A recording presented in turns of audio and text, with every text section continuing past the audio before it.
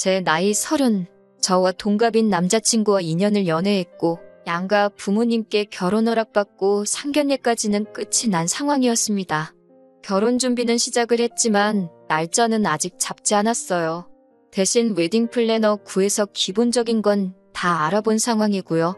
서로 경제적으로 여유가 있는 편은 아니지만 그래도 할 건 다 한다고 약혼식에 약혼반지까지 받은 상황이었습니다. 나이도 같고 서로 사회생활 시작한 기간도 비슷해요.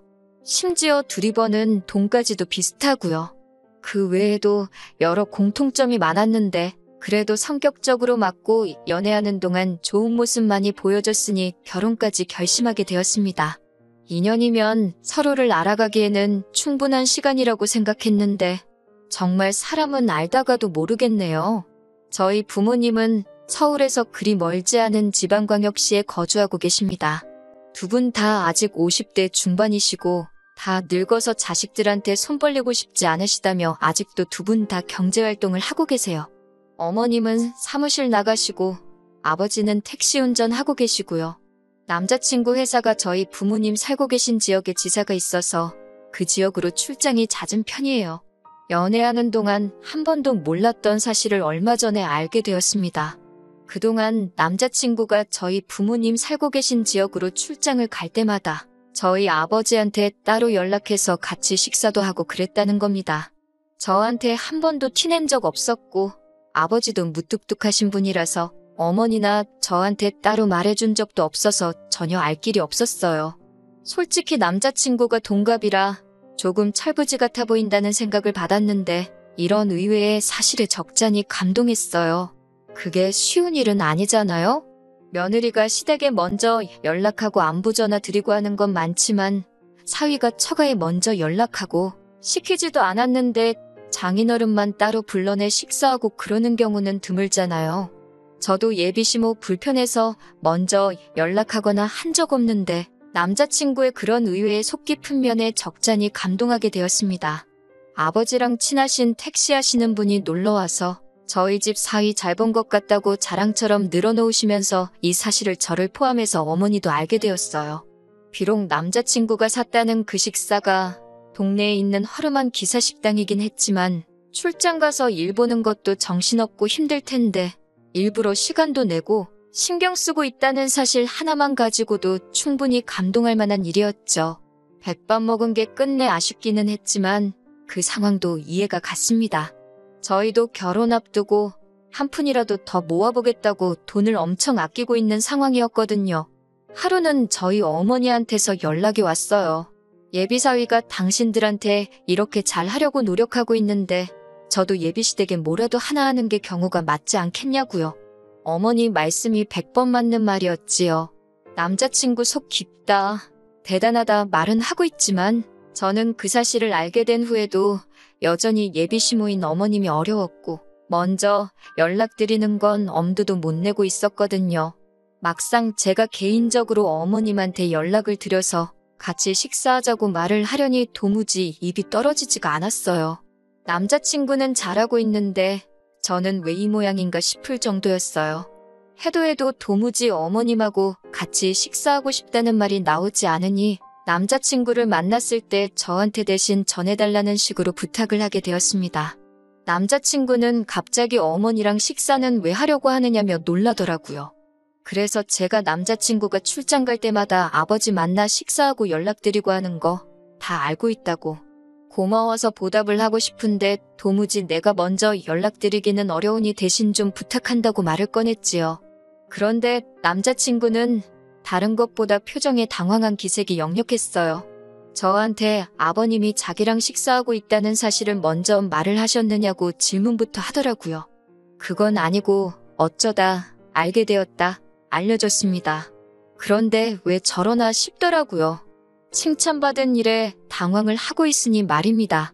그냥 그게 멋졌고 부끄러워서 그러는 건가 싶었어요.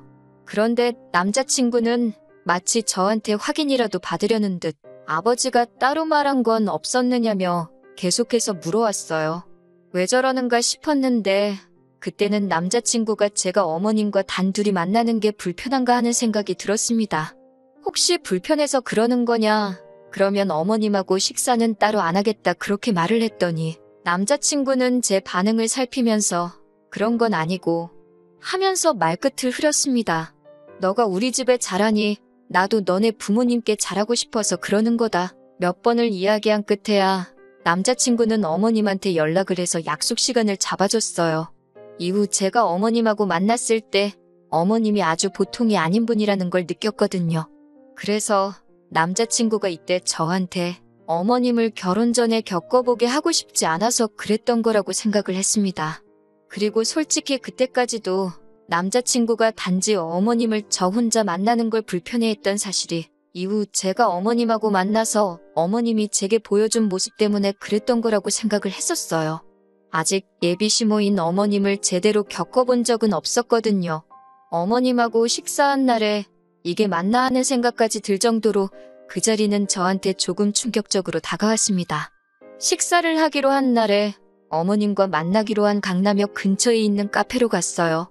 시간 약속 잘 지키는 사람이란 걸 보여드리기 위해 약속 시간보다 20분 먼저 장소에 도착했거든요.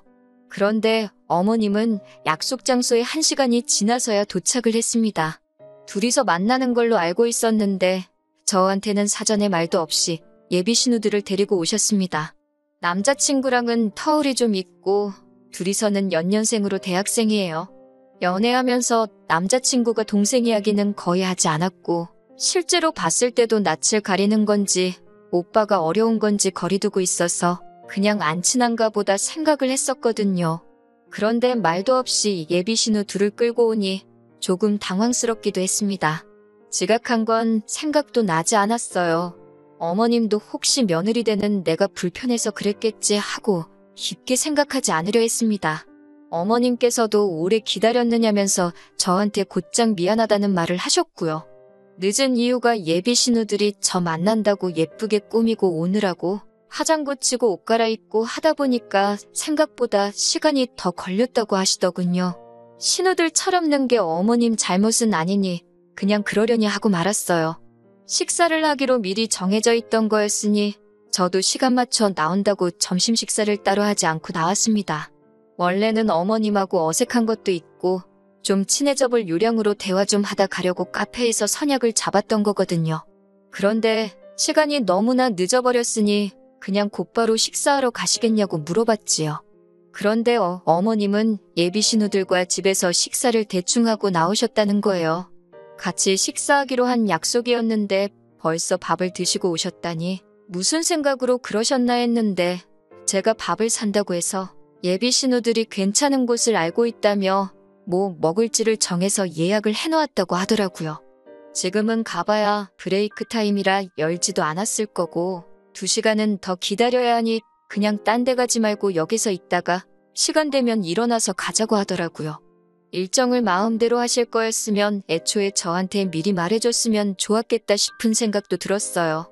보아하니 식사 시간까지 한참 남았으니 일부러 천천히 준비해서 약속된 시간보다 늦게 나온 게 아닐까 하는 생각도 들더라고요. 예약 시간 기다리면서 카페에서 보낸 2시간은 정말이지 최악이었습니다. 빈속으로 저녁 시간 될 때까지 버티는 것도 고역이었지만 그래도 카페다 보니 간단한 음료수나 요깃거리가 있어서 버티는데 어려운 점은 없었어요.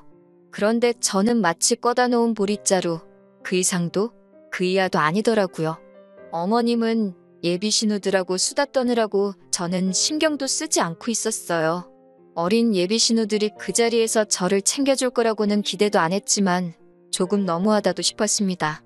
일부러 제가 모르는 이야기만 골라서 하는 건지는 모르겠는데 그렇다고 예비 시모 앞에서 핸드폰 꺼내서 딴짓하고 있기도 그렇고 예비 신우들 대화에 끼려고 하니 도통 무슨 주제로 대화를 하는지도 모르겠고 아는 거 하나 나와서 아는 척이라도 하면 예비 신우들은 아직도 낯을 가리는 건지 그 주제로는 더 이상 대화를 하지 않고 그대로 대화가 뚝 끊겨버리고 거기까지야 물과 기름처럼 섞일 수 없다는 신우와 며느리의 숙명이라 생각하고 그냥 넘어갈 수 있었지요.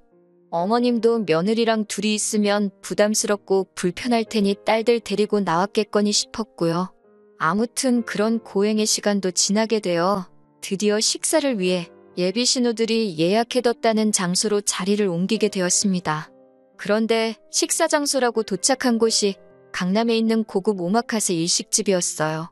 가격을 보니 웃음도 안 나오더군요. 1인당 24만 원이라는 말도 안 되는 가격이었습니다. 이런 좋은 곳 와서 술이 빠지면 쓰냐고 술 한 병까지 추가하는 바람에 계산할 때 보니 110만 원이라는 거금을 내게 되었어요. 돈값을 하기는 했어요. 정말 잘 나오긴 하더라고요. 남자친구한테 청혼받으면서도 이렇게 비싼 밥을 먹어본 적은 없습니다. 어차피 제가 사기로 했던 거 눈물을 머금고 계산을 하기는 했지만 그래도 제 한 달 생활비보다 큰 돈을 음식점에서 계산을 하게 될 거라고는 상상도 하지 못했어요. 예비 신우 2명은 음식 나올 때마다 소리를 빽빽 지르면서 음식을 입으로 넣지는 않고 핸드폰 사진 안에 담는다고 이 각도에서 사진 찍고 저 각도에서 사진 찍고 난리도 아니더라고요. 비싼 가격답게 한 타임에 가게 안으로 10명 이상 들어올 수 없는 곳이긴 했는데 그래도 다른 손님들도 있는데 자기들끼리 신나서 다른 사람들이 눈치 주는 게 제가 다 느껴질 정도였네요. 좋은 마음으로 만든 자리였고 남자친구가 아버지한테 했던 걸 보답하기 위해 마련한 자리였지만 당장 남자친구는 아버지 식사 대접한다고 기사식당 데려갔던 것 치고는 조금 과했던 게 아닌가 생각이 들었습니다. 만약에 어머님만 나오셨었더라면 이 돈을 내는 게 그렇게 아깝다거나 이 상황이 뭔가 싶거나 하지는 않았을 거예요. 집에 돌아와서 저희 어머니한테 그날 있었던 일을 말했더니 어머니도 놀라서 말을 잇지 못하시더라고요. 어떻게 그냥 마음속에 참을인자 새기면서 넘어가 볼까 했는데 혹시나 아무 말도 안 했다간 이게 처음이 아니게 될 수도 있겠구나 하는 생각이 들었습니다. 그래서 남자친구한테 전화를 했어요. 혹시 어머님이 동생들도 같이 데리고 나간다는 말을 했느냐? 내가 100만 원 넘게 쓰게 되는 거 이미 알고 있었느냐고 물었죠. 남자친구는 알고 있었다고 하더라고요.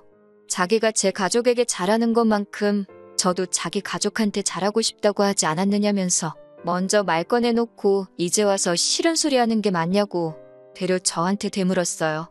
좋은 마음으로 시작한 일인데 이게 오히려 싸움의 원인을 제공할 줄은 몰랐습니다. 하지만 그래도 짚고 넘어가야 할 건 짚고 넘어가는 게 맞다는 생각이 들었어요.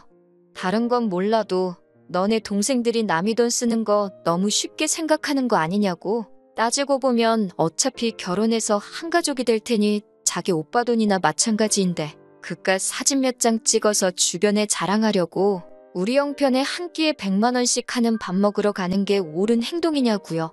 남자친구는 아무 대답도 못하다가 기어이 만능 치트키를 쓰더군요.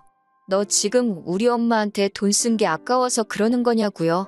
제가 돈 몇 푼에 치사하게 구는 사람으로 만드는 거였어요. 좋은 마음으로 한 거면 그냥 좋게 끝내면 되지. 돈까지 다 내고 나서 그러는 건 또 뭐냐고 저를 쪼잔한 사람으로 만들더라고요. 당장 자기도 출장 가서 식비 나오는 거 편의점 도시락으로 때우고 돈을 남겨올 수도 있고 아니면 먹고 싶은 거 사 먹을 수도 있는데 자기는 그거 저희 아버지한테 쓴 게 하나도 아깝지 않았다고 하는 겁니다. 당연하겠지요. 백반 한 끼 둘이서 먹는다고 해봐야 저희 부모님 사는 지역에서 아무리 비싸도 10,000원이면 해결하거든요. 나도 니네 가족들한테 밥 사준다고 하고 꼴랑 10,000원 쓰고 나오면 이딴 소리 안 나왔다는 말이 턱끝까지 차올랐는데 남자친구 말 맞다나 좋은 마음으로 시작한 건데 그걸 가지고 돈이 아깝네 하면서 싸우면 괜히 사이만 더 나빠지는 게 아닌가 싶어서 그냥 참았습니다. 하지만 속으로 더는 먼저 제가 뭐 해주겠다, 사주겠다는 말은 하지 말아야지 하는 결심을 했어요. 남자친구 가족들이 정도가 없는 사람들인 걸 뼈저리게 깨달았거든요. 그런데 차라리 이때 대판 싸우고 갈라졌으면 더 좋았겠다 싶을 정도로 큰 사건이 터지게 되었습니다. 아예 모르고 살았으면 싶을 정도로 엄청 더러운 사실이 숨어 있었어요. 그 일이 있는 뒤로 얼마 후에 남자친구가 또 출장이 잡히게 되었습니다. 솔직히 저는 아직 그날의 앙금이 다 가시지를 않아서 남자친구한테 이번에도 아버지랑 같이 식사할 거면 좀 괜찮은 걸로 대접해드리라고 부탁을 했지요. 그리고 남자친구가 출장을 떠난 날 궁금하기도 해서 아버지한테 전화를 한 통 드렸어요. 그런데 아버지가 기분이 엄청 좋아 보이시더라고요. 예비사위가 매운탕 사줬다면서 밥 잘 먹었다고 저한테 자랑을 하시더군요. 기분 좋아서 술도 한잔 하셨다고요. 평소에는 무뚝뚝하신데 낮술하시고 기분이 좋아서 신이 나 계시는데 좋은 거 사드리라는 게 고작 매운탕이라니 섭섭하기도 했지만 아버지가 저렇게 좋아하시니 그냥 좋게 생각하기로 했습니다. 아버지는 덕분에 예비사위랑 낮술도 하고 좋으시다며 신이 나셨고 그 와중에 사위 고생한다며 매운탕 얻어드시고는 용돈하라고 20만 원을 줬다고 하시는 거예요. 20만 원이면 아버지가 하루 종일 일하셔도 못 버는 돈인데 그래도 예비사위가 나이 젊은 것 치고 속이 참 깊은 사람이라며 딸 덕분에 아주 훌륭한 사위 본다고 동네방네 자랑해야겠다 좋아하시더라고요. 왠지 그 말을 듣는데 마음이 다 아팠어요. 그런데 그날 새벽에 낮에 그 통화가 거짓말처럼 느껴질 정도로 모든 게 다 뒤집어져 버렸습니다. 아버지가 분노 가득한 목소리로 전화가 왔어요. 결혼이고 회사고 다 필요 없으니까 당장 집으로 내려오라 호통을 치고 전화를 끊으시더군요. 보통은 저렇게까지 화를 내시는 일이 거의 없어요. 무슨 일이 있나 하고 어머니한테 전화를 드렸는데 어머니도 네가 직접 와보면 알 거라고만 하시고 별말이 없으시길래 무슨 일이 나도 큰일이 났구나 싶어서 부랴부랴 택시 잡아서 부모님 댁으로 향했습니다. 집에 도착하니 남자친구가 저희 부모님 앞에 무릎을 꿇고서는 잘못했다고 빌고 있더라고요. 이게 다 무슨 일이냐고 부모님한테 왜 쟤는 여기 와서 무릎 꿇고 빌고 있는 거냐 물어봤더니 궁금하면 직접 물어보라고 하시길래 남자친구한테 말해보라고 했습니다. 입이 10개가 있어도 모자란지 제 질문에 대답은 못하고 죄송하다, 미안하다, 사과만 연신하고 있더라고요. 결국 어머니께서 이게 무슨 상황인지 다 설명해 주시는데 어머니 설명 다 듣고 나서 그 길로 남자친구 머리채를 낚아채서 죄다 뜯어버리고 바닥에 패대기 쳐버렸습니다. 아버지가 그날 낮술도 하시고 남자친구 용돈하라고 큰 돈도 줬으니 낮에 일도 못하고 돈도 못 벌어서 평소에는 잘 안 하시는 야간 영업을 나가신 거예요. 그렇게 번화가에서 손님을 하나 태우게 되었답니다. 젊은 커플이 술에 징하게도 취해서 혀는 다 꼬부라져서 반말 찍찍 내뱉으며 근처에 있는 숙박업소로 가라고 했다더라고요. 그런데 목소리가 익숙하고 위화감이 느껴져서 룸밀러로 승객을 쳐다봤더니 다른 놈이 아니라 남자친구였던 겁니다. 옆에 앉은 여자는 옷 입은 꼬라지를 보아하니 술집에 나가는 여자였다고 하고요. 순식간에 상황 파악이 끝난 아버지가 여자한테는 몸성하고 싶으면 여기서 내리라고 한마디 하셨다고 해요. 여자는 술이 남자친구보다 덜 취했는지 아버지 말 듣자마자 쫄아가지고 차에서 주랭랑을 쳤다고 합니다. 남자친구는 옆에 탄 여자가 갑자기 도망쳐버리니 어디 가냐고 하면서 따라 내렸고요. 아버지도 그런 남자친구 쫓아가 바로 멱살을 잡았고 남자친구는 인사불성이 되어서 아버지도 못 알아보고 고래고래 소리를 지르다가 상황을 눈치채게 돼버린 거지요. 그 길로 아버지한테 멱살 잡혀서 끌려와 살려달라고 빌고 있는 상황이었어요. 그 와중에 더 믿을 수 없는 사실을 전해 듣게 되었네요. 그동안 남자친구가 아버지랑 점심 식사하면서 대놓고 용돈을 요구했다고 하는 겁니다. 결혼 준비하는데 돈을 아끼다 보니 저 맛있는 거 하나 제대로 못 사준다면서 아버지한테 용돈을 달라고 했대요. 아버지는 그동안 예비사위한테 5천 원도 안 하는 백반 한 끼 얻어먹고 적게는 5만 원에서 많게는 10만 원씩 저랑 엄마 몰래 예비사위한테 뜯기고 있었던 거예요. 남자친구는 아버지한테 받은 그 돈을 가지고 출장 끝나고 같이 출장 나온 직장 동료랑 해서 술집 가서 여자 부르고 유흥하는데 홀랑 탕진해버리고 그랬던 거고요. 모르긴 몰라도 그러는 와중에 지 돈도 홀랑 써버렸겠지요. 아버지는 그 와중에도 남자친구가 아버지한테 용돈 받은 거 체면 운운하면서 비밀로 좀 해달라고 했던 남자친구 부탁에 비밀 지켜주시며 끝까지 아무 말도 안 하고 계셨던 거였고 이렇게 뒤통수를 세게 맞았던 것이었죠. 생각해보니 남자친구도 자기가 출장 가서 예비장인이라고 같이 식사도 하고 평소 성격이면 그걸 가지고 저한테 생색을 내도 12번은 더 냈을 텐데 아무 말 없이 있었던 게 저렇게 찔리는 구석이 있었기 때문이었던 겁니다. 그러니까 처음에 제가 고맙다고 아버지한테 먼저 연락도 하고 같이 식사도 하는 것 참 속 깊은 사람이다 했을 때도 저한테 뭐라도 알아내려는 듯 꼬치꼬치 캐물은 게 제가 어디까지 알고 있나. 아버지한테 용돈 뜯어내고 있는 것도 알고 있나 떠보려고 그랬던 거라는 생각이 들더라고요. 다른 건 몰라도 결혼 약속한 상대방 두고 술집 다니면서 여자한테 돈 쓰고 그러는 놈하고 결혼하는 건 제가 머리에 총 맞은 것도 아니고 무슨 일이 있어도 용서해 줄 만한 상황이 아닌 거라는 건 누구보다 제가 제일 잘 알고 있었어요. 심지어 그 유흥비 또한 예비장인어른 얼마 벌지도 못하는 푼돈 뜯어서 다닌 거였으니 말 다 했지요. 그런데 무엇보다 지 가족만 소중한 이기적인지 엄마랑 개념도 없고 염치도 밥 말아먹은 저 자식 동생들에게 100만 원이나 써버린 저한테 내 가족한테 돈 쓰는 게 아깝냐고 따져묻던 개꼬라지가 생각이 나서 참을 수가 없더라고요.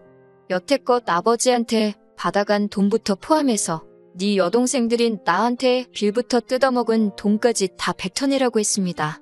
결혼은 당연히 물 건너갔다고 말했고요.